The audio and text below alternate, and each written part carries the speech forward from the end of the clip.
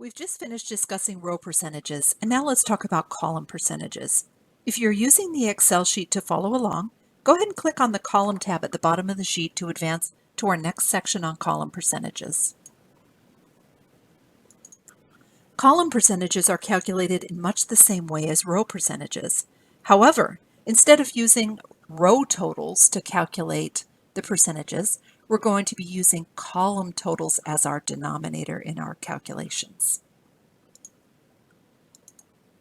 Let's fill in our formula for each cell.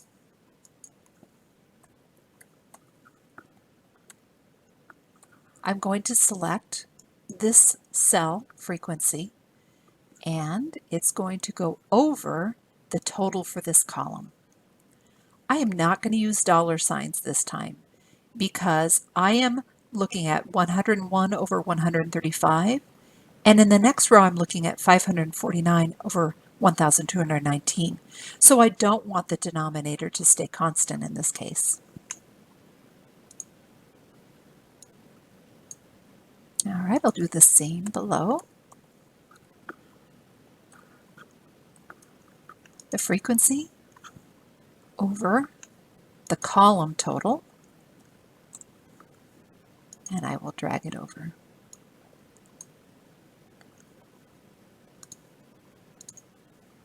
Now, if we sum the row percentages, we will see something different.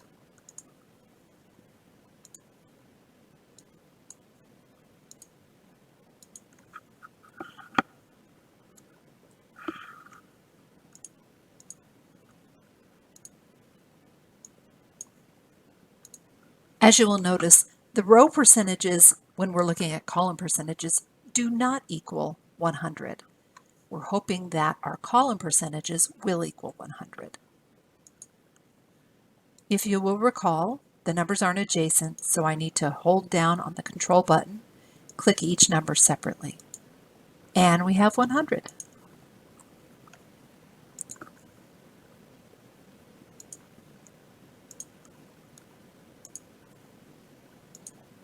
All right, so our column percentages when we're calculating, our column totals when we're calculating column percentages will equal 100. And that's the way that you know that you've done your column percentages correctly. Column percentages are useful when we want to compare percentages on the column variable. In this case, we can say that the percentage of negative body image among those who do use the dating app is 75%, and the percentage of negative body image among those who don't use the dating app is 45%. We could also make the following comparison with positive body image. The percentage of positive body image among all those who use the dating app is 25%, and the percentage of positive body image among all those who don't use the app is 55%. In this case, our focus is on how body image varies as a result of app use. You will notice that both the dating app yes and the dating app no column rows total 100%. And the difference in body image is what makes up that 100%.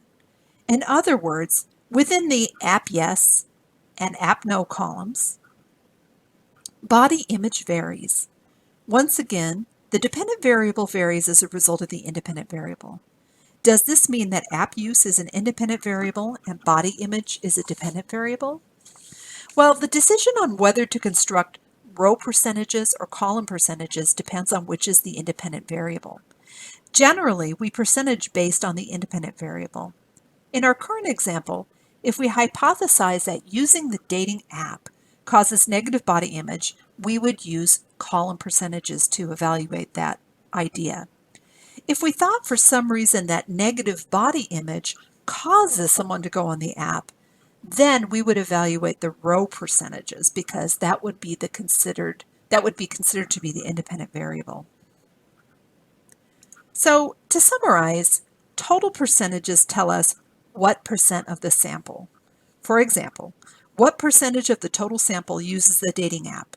Or what percentage of the total sample has a negative body image? Row percentage tells us what percent of a particular row. For example, what percentage of those with a negative body image use the dating app? And column percentage tells us what percent of a particular column.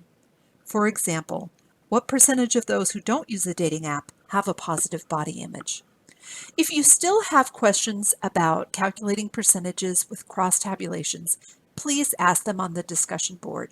This isn't something that people generally see one time and understand right away. So don't be shy, and please add your questions to the discussion board, and I'll do my best to answer them.